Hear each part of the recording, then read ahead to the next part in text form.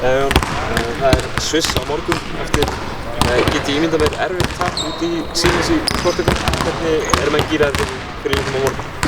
Við erum bara helviti vel gíraðir. Þegar það er svona stutt á milli leikja þá getur ekki verið að dúra lengi við leiki sem gerst í fyrradag, eða í gær, eða fyrradag. Þannig að við erum bara að hugsa leikinn á morgun og ætlum að koma tilbúinir. Eru búin að skoða Svissarana mikið?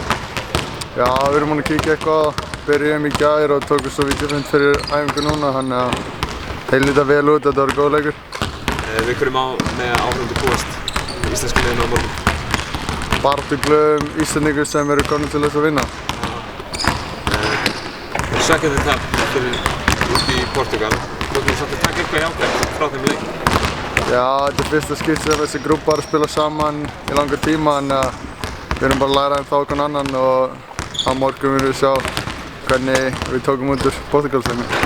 Kannski fyrir þig persónulega í lokin, þú ert koma meira og meira inn í þetta íslenska alveg. Hvernig finnst þér þessi hópur vera og hvernig finnst þér að koma inn í þetta?